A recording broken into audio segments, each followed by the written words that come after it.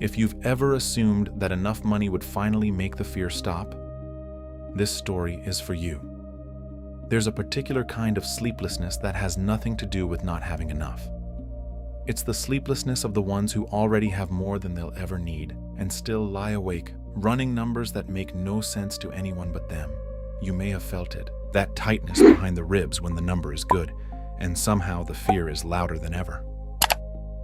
Today, I want to tell you about a merchant who owned 3 ships, 2 houses, and a warehouse full of silk, and who walked into a monastery one evening looking like a man being chased. He asked the monk there a question that most of us are too proud to ask out loud. The monk's answer came in 7 words. Only 7. We'll get to them. But first, you need to understand what the merchant was running from, because it wasn't debt, it wasn't hunger, it was something far harder to name. Before we go further, tell me in the comments, have you ever noticed that having more money didn't make the fear go away, only changed its shape? You might be surprised how many people carry that exact same weight, no matter what their bank balance says. His name was Balthazar, and in the trading city of Sarapur, everyone knew his name before they knew his face. He had built his fortune from nothing, starting as a boy who counted another man's coins for a copper a week. By the time he was 40, he owned 3 merchant ships that came into harbor low in the water, heavy with cinnamon, indigo, and bolts of silk so fine that noblewomen wept when they touched it. He owned 2 houses, one for business, one for show, and a warehouse so full that rats had to be paid, in a manner of speaking, to keep away. By every measure the city understood, Balthazar had won. Servants bowed a half-second longer for him than for other merchants. Children were told his story as something to aim for. Rivals invited him to dinners they secretly resented hosting, just to be seen near him. And yet Balthazar had not slept a full night in 11 years. His house told a different story than his face did. Fine tapestries from the east lined the halls. Imported lamps burned oil that cost more per night than most families earned in a week. And still, Balthazar kept a second, smaller room off his bedroom, plain, undecorated, almost bare, where he went when the calculating grew too loud to lie still beside his wife. His servants had learned not to ask why the wealthiest man in Sarapur sometimes paced a bare room at 3 a.m. like a debtor waiting for the collector's knock. It was not poverty that kept him awake. It was arithmetic that never resolved. He would lie in his wide bed, in his fine house, and calculate. If the ship from the east was delayed by storms, what would he lose? If his rival undercut the silk price, what would he lose? If the warehouse caught fire, if the harbor silted, if the currency devalued, if his sons proved careless with what he'd built, what would he lose? What would he lose? What would he lose? The question never changed, only the disguise it wore. He had tried more than once to reason with himself the way a merchant reasons with a bad debt. He told himself that a man with 3 ships had nothing to fear from a man with none. He told himself that when he crossed some threshold, one more good season, one more contract, one more house, the fear would finally recognize defeat and leave him alone. But the threshold kept moving, the way a horizon moves toward a rider who never stops chasing it. And the fear did not leave. If anything, it had grown teeth as his fortune grew rooms. One evening, after a day spent arguing over a shipment of pepper that had arrived slightly underweight, a loss so small it wouldn't have troubled him 20 years earlier, and yet it had ruined his entire afternoon, Balthazar found himself walking, not toward his house, away from it. His feet carried him past the harbor, past the market stalls closing for the night, up the long stone path that led to the monastery on the hill, where a monk named Devaram was known to receive anyone who climbed that far, merchant or beggar alike. Balthazar didn't fully understand why he'd come. He only knew that he could not spend one more night doing the arithmetic of loss. The path up the hill was steeper than Balthazar remembered anyone telling him, cut into loose stone that turned his fine leather shoes made by the same cobbler who fitted the governor, into clumsy, sliding things. By the time he reached the top, his breath came in short pulls, and the city below had shrunk into a scatter of lantern light against the dark curve of the harbor. He stood there a moment, hands on his knees, and felt, absurdly, more like the boy who once ran coin-counting errands through narrow streets than the man whose name opened doors across 3 provinces. Devaram was sitting outside the monastery wall when Balthazar arrived, breathing hard from the climb, his fine coat dusty at the hem. The monk did not stand, did not bow, did not treat him as the city treated him. He simply looked at Balthazar the way one looks at a familiar weather pattern rolling in, not with alarm, only recognition. "You're the merchant with 3 ships, Deverum said. It wasn't a question. "I am," Balthazar said, and then, before he could stop himself, the real question spilled out, the one he had never asked another living soul, not his wife, not his sons, not the priests who blessed his ships before they sailed. "Why am I still afraid? I have more than I could spend in 3 lifetimes. Tell me, when does it end?" But what he didn't know was that Devarim had been asked some version of this question many times before. By farmers who'd had one good harvest, by widows who'd inherited land, by a prince, once, who owned an entire province and still checked the locks on his door 3 times each night. And Devarim had learned that the question always sounded like it was about money. It rarely was.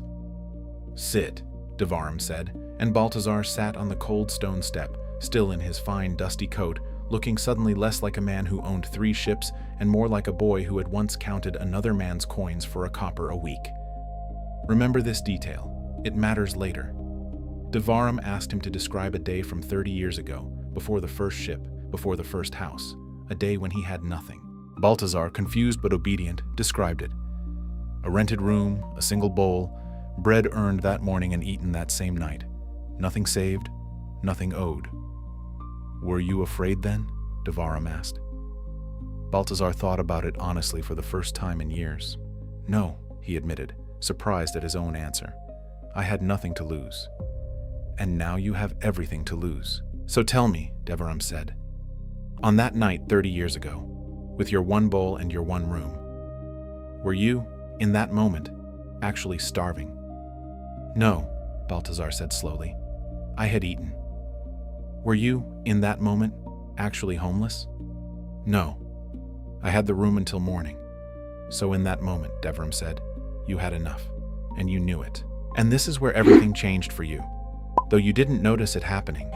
Somewhere in the climb from 1 bowl to 3 ships, you stopped measuring what you had. You started measuring what you could lose. And a man who measures his life by what he could lose will feel poor at any number, because there is always more to lose than he currently holds." Balthazar sat with that, and for the first time in 11 years, the arithmetic in his head went quiet. Not because it had been answered, but because he had, for a moment, stopped running it. But the fear did not leave so easily, and Balthazar was not a man who accepted an idea without testing it against his own life, the way he tested every cargo manifest against the goods that actually arrived in the hold. "You're telling me," he said, "that if I gave it all away tomorrow, the ships, the houses, the warehouse, I would sleep peacefully?" Devarim almost smiled. "No. I'm telling you the ships were never the problem. A man can own 3 ships and sleep like a child, or own nothing and lie awake counting stars he doesn't have. The ships don't decide which man you are. Something else does." "Then what does?" Balthazar asked, and his voice had lost its merchant's edge entirely now. It was just a voice, just a man on a cold step, asking. Devarim let the silence sit for a long moment, long enough that Balthazar's own breathing slowed to match it, long enough that the noise of the harbor below seemed to fade into something distant and unimportant. Then he answered.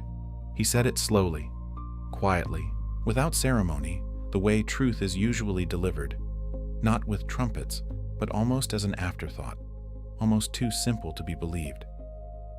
"You were not afraid of losing money." Balthazar waited for the rest. There was more, and it landed even quieter than the first part. Devarim continued. What Balthazar feared all along was not the loss of coin.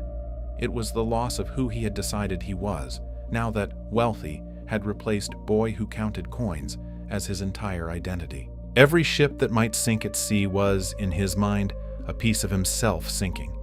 Every rival's better price was a small death of the man he had built. The fear had never been about the warehouse. It had been about who Balthazar would be, standing in an empty warehouse if the walls came down. He was not guarding gold. He was guarding a self he had built out of gold and mistaken for permanent. Balthazar said nothing for a long time. The dust on his fine coat suddenly seemed to belong to a different man than the one sitting on that step. Something in his chest, The tightness he had carried so long he'd stopped noticing it as separate from breathing, loosened just slightly, like a knot given 1 inch of slack. This is the part of the story most people skip when they retell it, because it isn't dramatic. Balthazar did not renounce his fortune. He did not give away his ships or walk into the hills to live on rice and rainwater. He went home.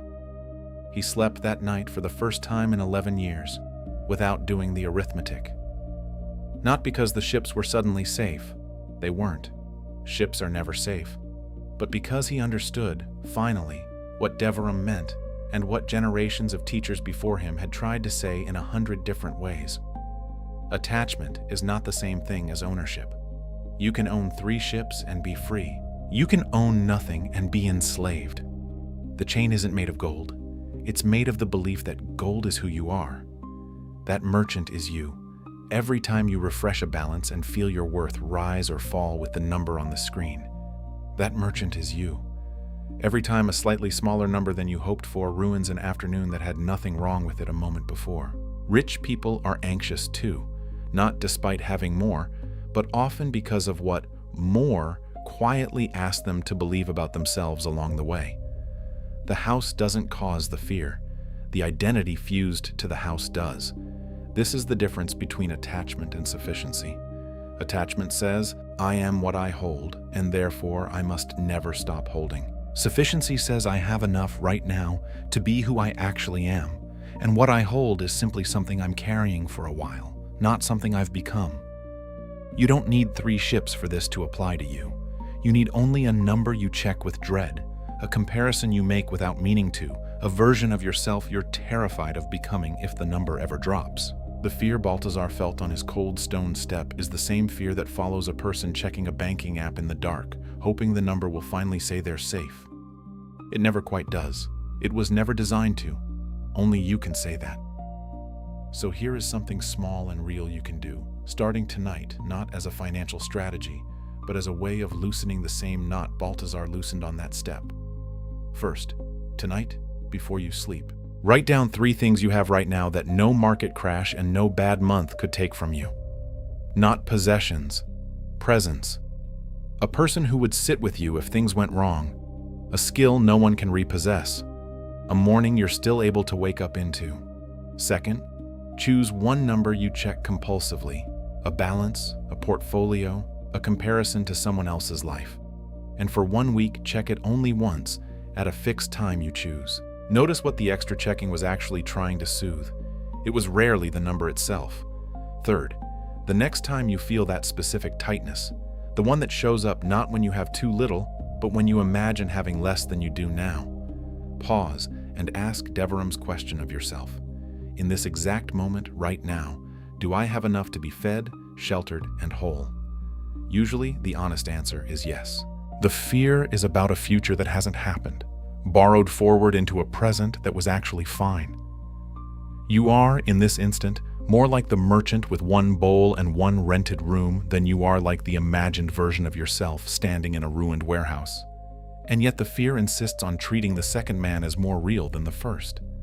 None of these 3 steps will make your income more stable, and none of them are meant to. They are not financial advice. They are small interruptions in a pattern that has convinced you the tightness in your chest is information about your bank account, when it is almost always information about your identity instead. Picture Balthazar many years later, an old man now, sitting on that same stone step at dusk, the harbor lights coming on below like scattered coins on dark water. He still owns ships. He still loses cargo sometimes to storms, still watches rivals undercut his prices now and then, but he sits differently. His hands are open on his knees instead of curled into fists in his lap. He often told his sons in his last years that the wealthiest night of his life wasn't the night his 3rd ship came safely into harbor. It was the night he walked up a hill with nothing resolved and nothing gained, and realized he had already been enough, 30 years earlier. With 1 bowl and 1 rented room, he simply hadn't known it yet. And if there's one thing worth carrying with you tonight, whether your accounts are full or empty, it's this. The fear was never about the number. It was about who you decided you had to be to keep it. Put the number down for 1 hour tonight and see who you still are without it. You may find you were never poor. You may find you were only afraid. If this story gave you even 1 hour of quiet tonight, there are more waiting for you here. Next time I'll tell you about a king who traded his crown for 1 night of sleep, and what he asked for in return once he finally got it. Walk gently. Hold loosely.